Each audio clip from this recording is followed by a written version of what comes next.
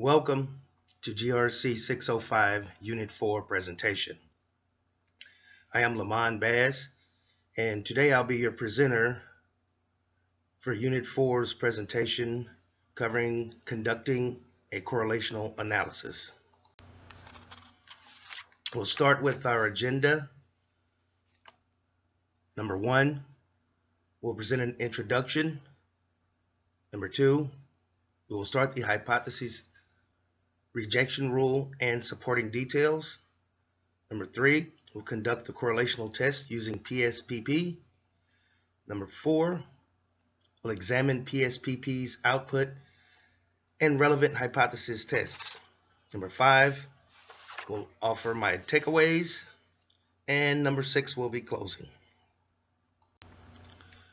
Introduction. We are tasked with conducting two-tailed hypothesis test and correlational analysis on a given data set. Through correlational tests, we will find and identify 6 significant correlations.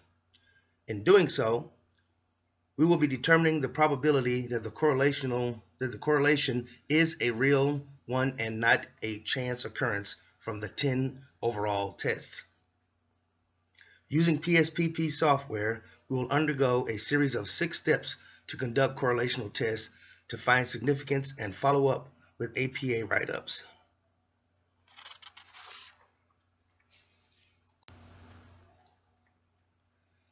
The following data set was generated using a SurveyMonkey survey asking 150 participants located in the Midwest questions regarding their income, debt, savings, and other important personal finance factors. The data sets read as follows: income and debt, income and savings, income and stocks, income and wallet, debt and savings, debt and stocks, debt and wallet, savings and stocks, savings and wallet, and the final, stocks and wallet.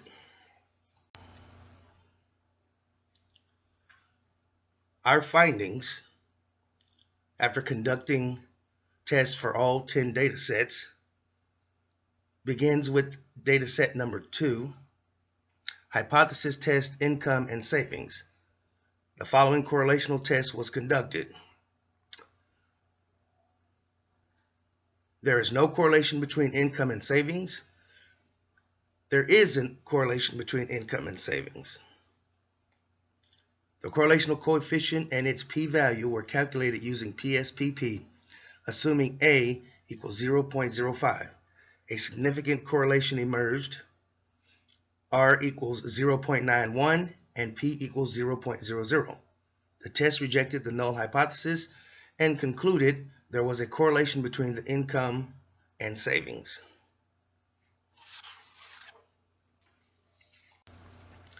The next test is the hypothesis test, income and stocks. The following correlational test was conducted. The null is there is no correlation between income and stocks. And the alternative is there is a correlation between income and stocks. The correlational coefficient and its p-value were calculated using PSPP, assuming A equals 0.05. A significant correlation emerged. R equals 0.19 and P equals 0.018. The test rejected the null hypothesis and concluded there was a correlation between income and stocks. Our next test is between income and wallet. The following correlational test was conducted. Null, there is no correlation between income and wallet. Alternative, there is a correlation between income and wallet. The correlational coefficient and its p-value were calculated using PSPP, assuming A equals 0.05. A significant correlation emerged. R equals 1.00, P equals 0.00. The test rejected the null hypothesis and concluded there was a correlation between the income and wallet. Our next test is hypothesis test between savings and stocks. The following correlational test was conducted. Null hypothesis, there is no correlation between savings and stocks. The alternative hypothesis, there is a correlation between savings and stocks. The correlation coefficient and its p-value were calculated using PSPP, assuming A equals 0.05. A significant correlation emerged. R equals 0.28. P equals 0.000. The test rejected the null hypothesis and concluded there was a correlation between the savings and stocks. Our next test is the hypothesis test between savings and wallet. The following correlational test was conducted. The null hypothesis, there is no correlation between savings and wallet. The alternate hypothesis, there is a correlation between savings and wallet. The correlation coefficient and its p-value were calculated using PSPP. Assuming A equals 0.05, a significant correlation emerged. R equals 0.91, P equals 0.000. The test rejected the null hypothesis and concluded there was a correlation between savings and wallet. Final test, hypothesis test between stocks and wallet. The following correlational test was conducted. Null hypothesis, there is no correlation between stocks and wallet. And the alternate hypothesis, there is a correlation between stocks and wallet.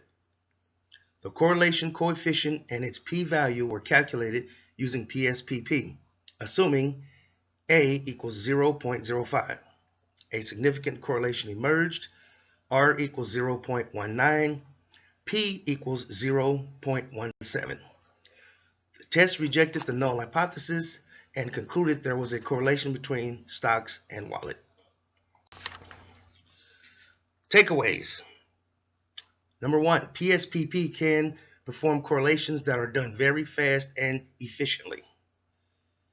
Number two, Pearson product moment correlation coefficient is usually referred to it simply as Pearson's R, or just the correlation coefficient, is an extremely powerful and useful statistical tool that allows you to evaluate whether or not a relationship exists between two things. And number three, bivariate correlation is an analysis used to find out there is a relationship between two sets of values. That concludes our presentation. I am available for any questions or further discussions via the CIU student portal. Thank you.